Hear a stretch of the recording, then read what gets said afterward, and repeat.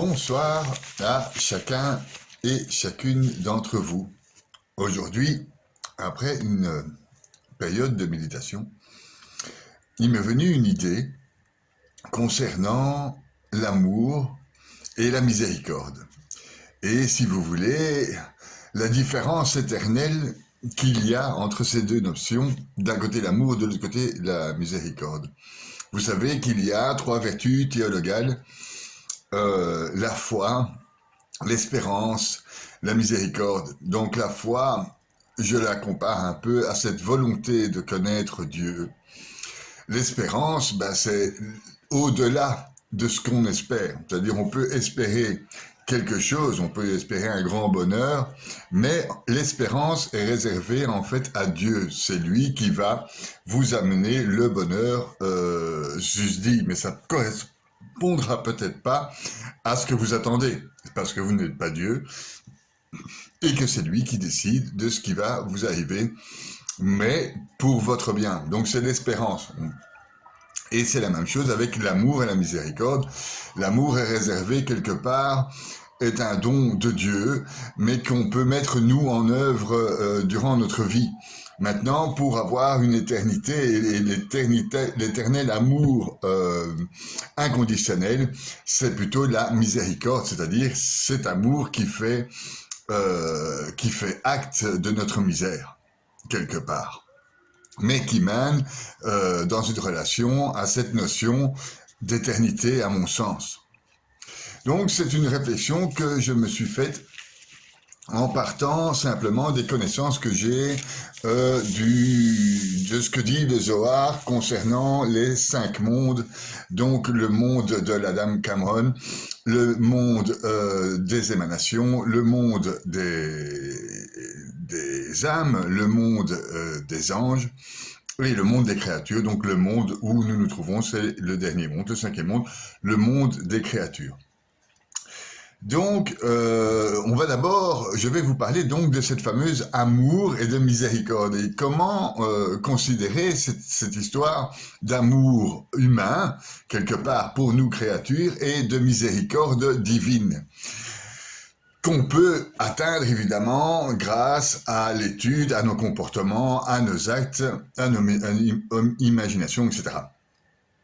Donc, je vais d'abord faire une petite récapitulatif de ces 5 mondes et de cette notion de 5 mondes qu'il y a au-dessus de nous, tout en étant unifiés à nous-mêmes, mais qui sont invisibles et qui sont décrits dans le Zohar. Donc, il faut partir donc de ce principe de création que Dieu est volonté et amour. Donc, il nous a fait par volonté et amour. Qu'est-ce qu'il a dû faire? Le premier monde donc a été créé par Yod He Vav He, au plus loin où on peut remonter dans les noms divins. Et ce Yod He Vav He, au-dessus même encore de Yod He Vav He, il y a le En Sof, si on peut dire au-dessus à cette notion d'infini. Le En Sof, c'est le sans fin. Donc ce sans fin a créé, il était tout, il a créé. Mais le premier monde spirituel, donc celui de la Dame Cameron, a été créé après que la lumière divine, infinie de Dieu, fut contractée pour laisser une place à un vide. C'est-à-dire que comme Dieu est omniprésent et qu'il possède tout, qu'il est infini, il a dû se rétracter, comme un ballon, on aurait percé le ballon, il a dû se rétracter pour laisser la place à un vide pour faire la création. Parce que il est tout. Donc il a dû un peu, c'est une image, c'est toujours des images, des concepts et des allégories.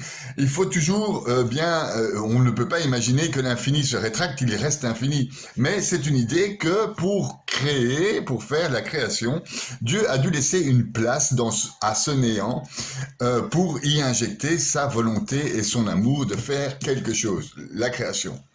Ce premier monde qu'il a créé en se rétractant dans ce néant, c'est le monde de la Dame Cadmon. Donc ce serait donc l'homme primordial, si vous voulez, c'est celui c'est le monde qui fait toutes les créatures, toute la création, l'univers, les âmes, les anges, etc. C'est, si vous voulez, c'est pas l'Adam de Adam et Ève, mais c'est bien l'Adam au-dessus de tous les mondes, celui qui crée. Celui qui a reçu la lumière, si vous voulez, c'est le sort d'énorme vase de lumière divine. Il a été créé suite à la contraction donc de Dieu, du Ein Sof. Le rayon lumineux de Ein Sof à ce moment-là, dans ce monde de l'Adam Kanron, est une direction, c'est une ligne droite de rayon lumineux et qui crée une linéarité de l'arrivée de la lumière divine. Ce qu'est la lumière divine, donc c'est la volonté et l'amour. Tout ça, ce sont des allégories. Donc cet Adam Kanron et premier monde va continuer la création de Dieu en continuant à envoyer la lumière d'amour et de volonté à un monde de création, et c'est le deuxième monde, et c'est le monde des émanations. On appelle ça le deuxième monde, c'est le monde des émanations, Hatzilut en hébreu. C'est un monde de points. On va commencer donc à parler maintenant de Séphiroth, de Séphiroth. On arrivera à l'arbre des Séphiroth plus tard, mais dans le monde des émanations, ce sont des Séphiroth, si vous voulez, des points. C'est le monde des points. Ils étaient agencés de la même manière que l'Adam Kanron avait envoyé la lumière divine. Donc, par sa volonté et l'amour, une sorte de ligne droite. Ces points se sont agencés par ligne tout droit, donc 1, 2, 3, 4, 5, 6, 7, 8, 9, 10. Ils se sont alignés de 1 à 10. Pourquoi 10? Parce que 10 est bien le chiffre qui fait le recommencement. C'est-à-dire qu'à 11, on recommence une série de 10, etc. Et ça va former plus tard les 10 attributs divins. Mais on n'en est pas encore là dans ce monde des émanations. C'est le monde des points où ils se sont classés un par un. Donc le 1, après le 2, ils ont vu qu'il y avait plus de lumière arrivant dans la Séphiroth, si vous voulez, 1. Et puis la Séphiroth 2, 3, 4, 5, 6, 7, 8, 9, 10. Et ils se sont classés comme ça. Puis, ils ont commencé à s'observer. Si vous regardez l'arbre de Séphiroth, la boule d'en haut est le Keter, et on va la considérer donc comme la boule 1, celle qui reçoit la lumière primordiale de l'Adam Kanron, qui a reçu de Yod-Heh-Vav, qui est l'En Sof. Okay? Donc, nous avons la Séphiroth 1, Keter, qui a reçu cette lumière, et elles sont classées, donc elles sont classées 1, 2, 3, 4, 5, 7, 8, 9, 10, la 2 et la Okma, donc la sagesse, et la 3 et la Bina. Et de ces trois bases déjà, il y a, entre guillemets, une observation qui se fait des faces. C'est-à-dire que la sagesse masculine et l'intelligence féminine, eh bien, on se sont retrouvés, si vous voulez, dos à dos, à s'observer et ont été obligés à un moment de se retourner face à face pour se, entre guillemets, aimer ou juger, ou pour savoir qui c'est la face de la sagesse, qui c'est la face de l'intelligence. Et ils ont commencé à se regarder, et là commençait cette histoire d'amour, c'est-à-dire que la lumière d'en haut, passant par Keter, arrivant à Okma et à Bina, cette lumière était de nature pure. C'est-à-dire qu'il n'y avait pas encore de déperdition d'amour, de volonté divine. Elle est arrivée pure dans des objets, des vases, on va appeler ça des vases. Donc, la sagesse était un vase qui était peu construit, assez fragile, parce que la sagesse n'existait finalement pas encore, elle était un numéro. Et l'intelligence était un vase assez fragile aussi, parce que l'intelligence n'existait pas encore. Elle était le numéro 3, la sagesse était le numéro 2. Donc, une fois la lumière arrivée, la lumière de l'amour, de la volonté pour l'intelligence, la volonté, l'amour pour la sagesse, admettons, une fois ces lumières arrivées dans les vases n'étaient pas assez solides. Et les vases, comme ils ne savaient pas ce qu'il en était, dans ce face-à-face, dans cette observation, ces vases ont cassé. Et de cette brisure des vases est née, si vous voulez, cette sorte de misère de l'amour. C'est-à-dire qu'ils n'ont pas su accepter cet amour divin, venant de l'Ensof, de part en s'observant. Ils n'ont pas pu le faire. Pourquoi? Parce qu'ils n'avaient pas assez de connaissances. Leur vase n'était pas encore construit. Ils ne savaient pas qui ils étaient et ils ne savaient pas ce qu'ils faisaient dans ce monde des émanations. Par destruction des vases, il y a apparu alors là le premier moment d'amour lors de la destruction et de miséricorde, là le moment où le dos à dos ou le face à face se rendent compte de la misère qu'ils ont à s'observer et même à s'aimer. Bien, ils se sont construits de vase en vase, 1 Keter, 2 Bina, Okma, 3 Bina, et ils se sont dit l'objet masculin, la sagesse, et l'objet féminin, l'intelligence. Et se sont dit aussi la Séphiroth 10 est le Malkoud, et le Malkoud est le côté féminin, la terre qui engendre, c'est l'intelligence qui engendre cette sagesse quelque part. Et donc cette terre a Malkoud, donc la boule du bas de l'arbre de Séphiroth. Malkoud est la partie féminin et Yesod, la boule juste au-dessus, est le côté masculin. Ils se sont regardés comme un père et une mère, comme celui qui engendre, oui, et celui qui féconde, donc celle qui engendre la terre, oui, l'obscurité, si vous voulez, la lune, oui, et la lumière directe, celui qui, la sagesse, si vous voulez, mais qui est Yesod, qui va féconder par la sagesse, l'intelligence, qui va féconder par le fondement, le royaume.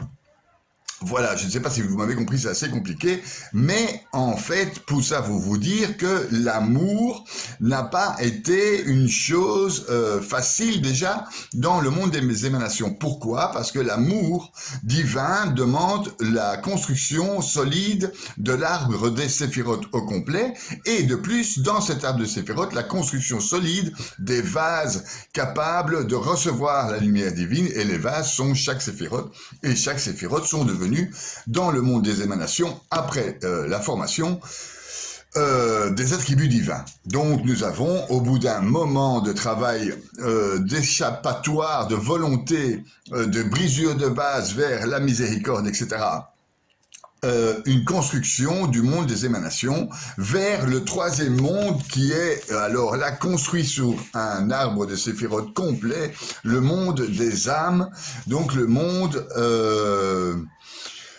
des âmes, le monde de Bria, si je ne me trompe pas.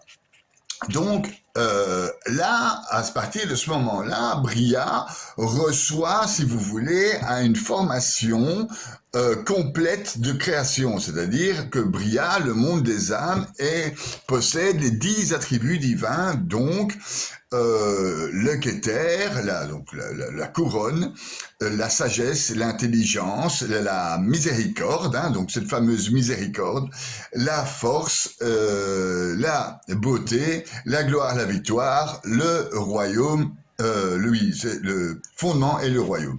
Donc nous avons chez les âmes aussi donc le commencement d'une réelle création. C'est la première grande création qui permet d'aboutir à la création que nous sommes. C'est-à-dire que nous sommes d'abord une âme et ensuite seulement nous sommes une créature physique.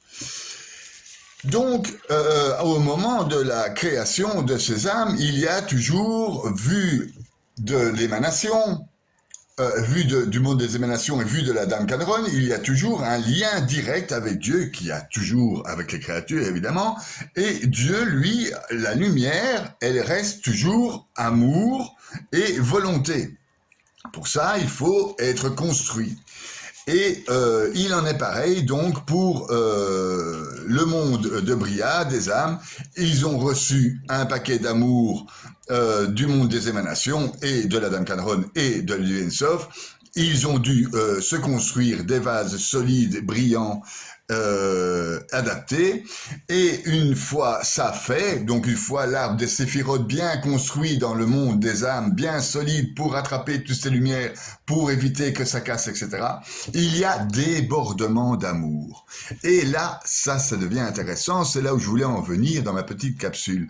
Ce débordement d'amour, c'est la miséricorde. Donc, les vases étant dans le monde des âmes construits, ils reçoivent selon la grandeur de l'âme une quantité d'amour qu'ils peuvent recevoir dans leur vase. Mais leur vase étant une fois plus grand, une fois plus petit, cette quantité d'amour venant d'en haut du Ensof est infinie, elle déborde des vases vers l'autre monde. Et quel est l'autre monde? Le monde d'en dessous du monde des âmes, c'est le monde des anges. Cette miséricorde dégouline vers le monde des anges et crée le monde des anges. En fait, les anges sont les messagers de l'amour divin et de la volonté divine. Et c'est pour ça qu'ils sont ce débordement, ce mouvement de l'âme vers la créature, ce mouvement de Dieu, de l'émanation vers la créature en tout cas. L'âme, elle, est construite par les attributs divins. Je vous ai dit, à l'intérieur de vous, vous avez une partie divine, c'est votre âme. Eh bien, il en est pareil dans les mondes supérieurs. L'âme et ce sont les attributs divins, mais à une puissance 1000, à une puissance 1000 fois 100 000, dit le Zohar, je crois.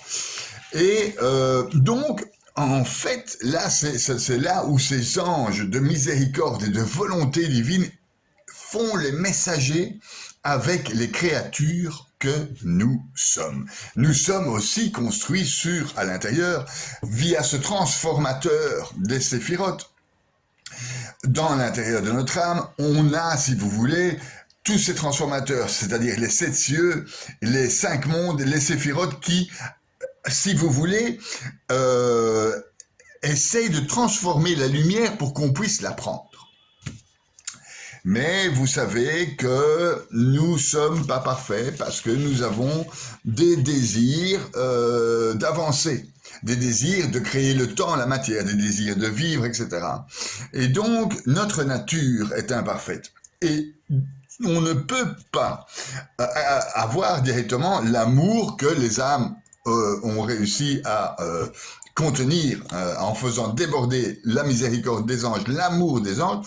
On ne peut pas contenir cet amour. Pourquoi? Parce que nous sommes désir. Et nous sommes temps, matière, et désir veut dire aussi plaisir, qui n'est pas du tout la même chose. Et donc, plaisir veut dire aussi bon et mauvais. Et donc là, et libre arbitre. Et donc là, nous cassons littéralement les vases. C'est pour ça qu'on a besoin des anges.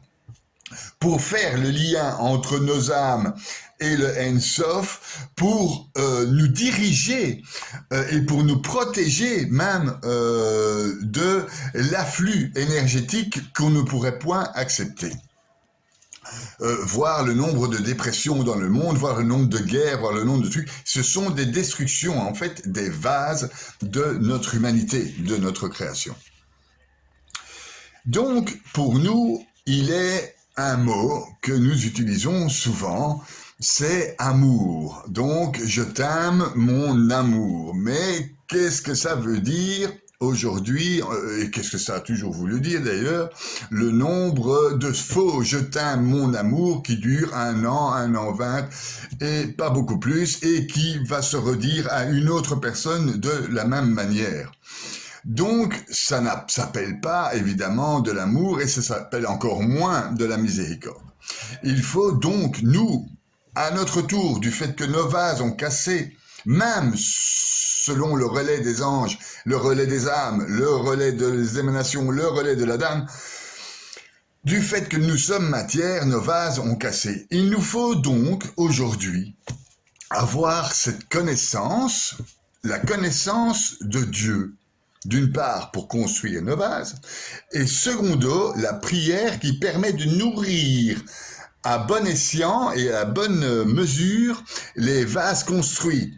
Donc la prière remplit le vase, la connaissance c'est la solidité du vase, et alors ce qui émane de vous, c'est la matière du vase. Et la matière du vase, c'est ce que vous faites dans votre vie, c'est vos mœurs. En clair, votre perfection, votre sainteté, ça c'est la brillance du vase, votre connaissance est l'épaisseur du vase, et la lumière c'est l'amour et la volonté qui rentrent dans vos séphirotes.